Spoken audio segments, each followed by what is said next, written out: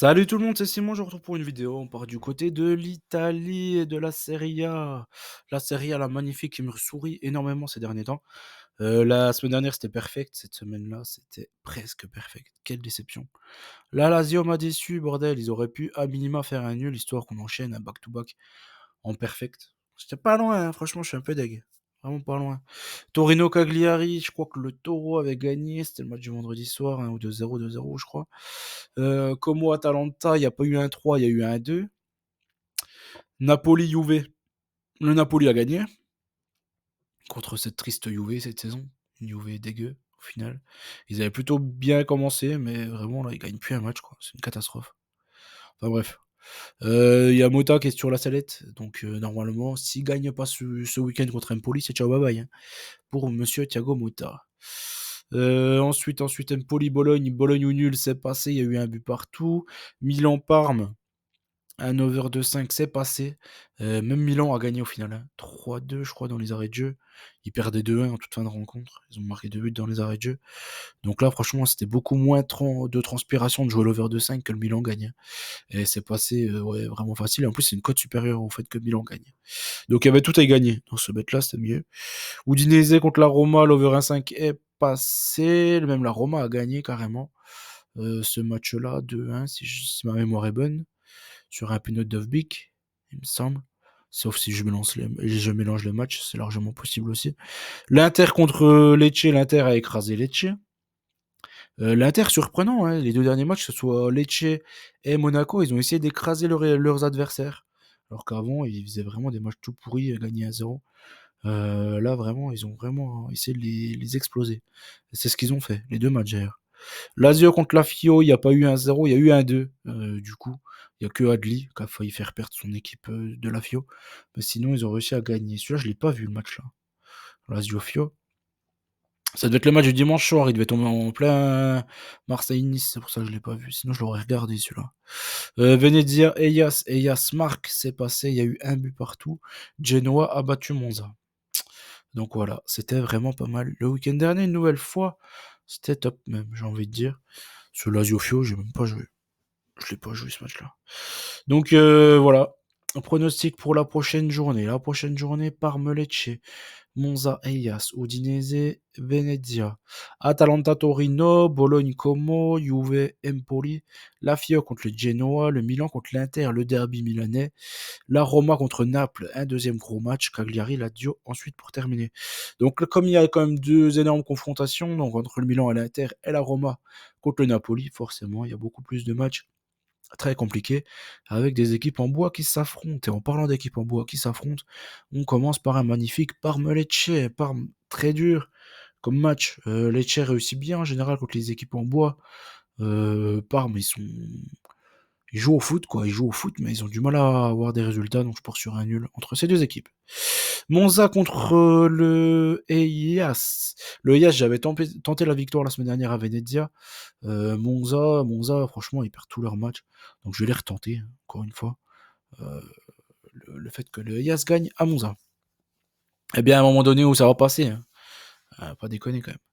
L'Udinese, ils sont jamais favoris. En plus, on prenait le X2 tranquillement. En général, il n'y a pas trop de transpiration. Ou le lower 0,5 pour le Hayas. Comme moi, je pense souvent. Udinese contre le Venezia. Aïe, aïe, aïe, aïe, aïe, quel match chaud. L'Udinese, il faut tout le temps le strict minimum. Ils veulent juste être dans le ventre mou, puis arrêter de jouer au foot, quoi. Là, ils y sont. Donc, bon, est-ce qu'ils auront envie de gagner contre Venezia? Personne ne sait. C'est impossible à savoir de se retrouver dans la tête des joueurs de l'Udinese. Venezia, ils font des bonnes perfs en général à la maison, mais à l'extérieur, ils sont à la rue. Donc je pars comme sur une victoire de l'Udinese, mais clairement, c'est un match à fuir. L'Atalanta contre le Toro, l'Atalanta, ils ont fait un bon match contre le Barça, hein. Franchement, c'est mal payé, je trouve qu'ils auraient même dû gagner. Le Toro, les taureaux ils sont quand même pas fameux, ils font beaucoup de nuls à l'extérieur, donc il faudra se méfier du nul. Je pars sur une petite victoire de l'Atalanta, tout de même. Bologne-Como, hein, forcément, Como en ce moment sont pas mal. Bologne, au final, ils ont mis l'équipe type du côté du Sporting, même s'ils étaient éliminés. Donc je pars sur un petit match nul entre ces deux équipes. Bologne, ils jouent bien au foot, mais ils ont du mal à concrétiser leurs actions. Et Como, ils jouent super bien au foot aussi, hein. Franchement, Como, il mérite mieux, hein. Mine de rien, en classement, je trouve, il devrait se maintenir tranquillement, normalement, hein, par rapport à ce qu'ils produisent. Et j'espère qu'ils vont se maintenir et qu'ils puissent encore une fois mettre un peu d'argent et puis cet été et puis pouvoir faire une équipe à peine meilleure pour pouvoir jouer les 6 7e places quoi. Je pense qu'il y a moyen avec Como, hein, parce qu'ils ont des bons joueurs. Après Nico Paz et tout, ça va être compliqué de les garder l'année prochaine. Hein. Juve Empoli, je pense que la Juve est au bord du gouffre. Donc les joueurs, s'ils veulent virer Mota, ils vont rien foutre à le match là. Mais moi je pense ils auront à cœur de se bouger, de le prendre ce match-là. Je pense vraiment que ils ont les moyens de battre Empoli quand même à la maison. Hein. Déjà de dire ça, ça fait quand même mal au cœur. La Juve qui a les moyens de battre Empoli, quoi. Enfin bref, je pense qu'ils vont le faire à la maison contre Empoli. La Fio contre le Genoa, match compliqué parce que la Fio ils déçoivent. Hein. Ils sont allés gagner du côté de la Lazio, mais avant ils ont eu beaucoup de matchs là où on les attendait. Au final, ils ont déçu. Franchement, c'est toujours imprévisible la Fio hein, ces derniers temps, donc je pars sur une victoire, mais compliqué, surtout que le Genoa, il perd très rarement depuis l'arrivée de Vieira. Milan contre l'Inter, le derby milanais. Normalement, l'Inter, c'est 100 fois meilleur, quoi. Pour moi, il n'y a pas. Je sais pas. Pour moi, l'Inter, c'est 100 fois meilleur que le Milan. Hein. Après, il faudra voir. Hein. Le Milan, ils sont les pertes contre Zagreb, quoi, s'il te plaît, la honte. Ils ont perdu contre Zagreb, quoi. Ils ont pris un rouge en début de match par Musa, là. Une faute débile en plus. Deuxième jaune rouge. Et l'Inter, ils ont fait un bon match contre Monaco. Ils ont pu faire tourner en seconde mi-temps. Faire tourner la balle et tout. Ça avait un match d'entraînement. Enfin, j'ai envie de dire, au bout de 15 minutes, c'était déjà un match d'entraînement hein, pour l'Inter. Donc, je pense qu'ils vont arriver frais. Plus frais que les Milanais qui ont dû jouer à 10 contre 11 tout le match. Donc, je pense que les Interistes devraient gagner ce match-là contre les Milanais. La Roma contre, même s'ils ont posé une douille en coupe, je pense que l'Inter est une bien meilleure équipe, hein, quand même, sur le papier. De toute façon, l'Inter, si vous regardez bien, ils sont au-dessus de tout le monde. Hein. Peut-être l'Inter Napoli, Napoli c'est peut-être la deuxième équipe, enfin la plus proche on va dire.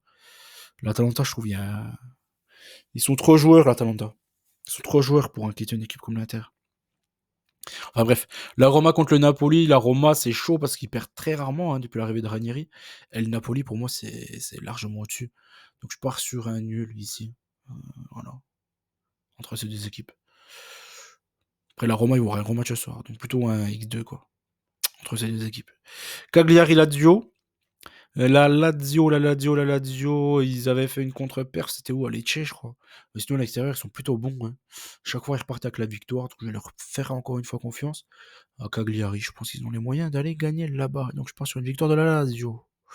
Voilà. J'espère que la vidéo vous a plu. N'oubliez pas qu'on gagne au pair ensemble. Rejoignez-nous sur TikTok ou Telegram.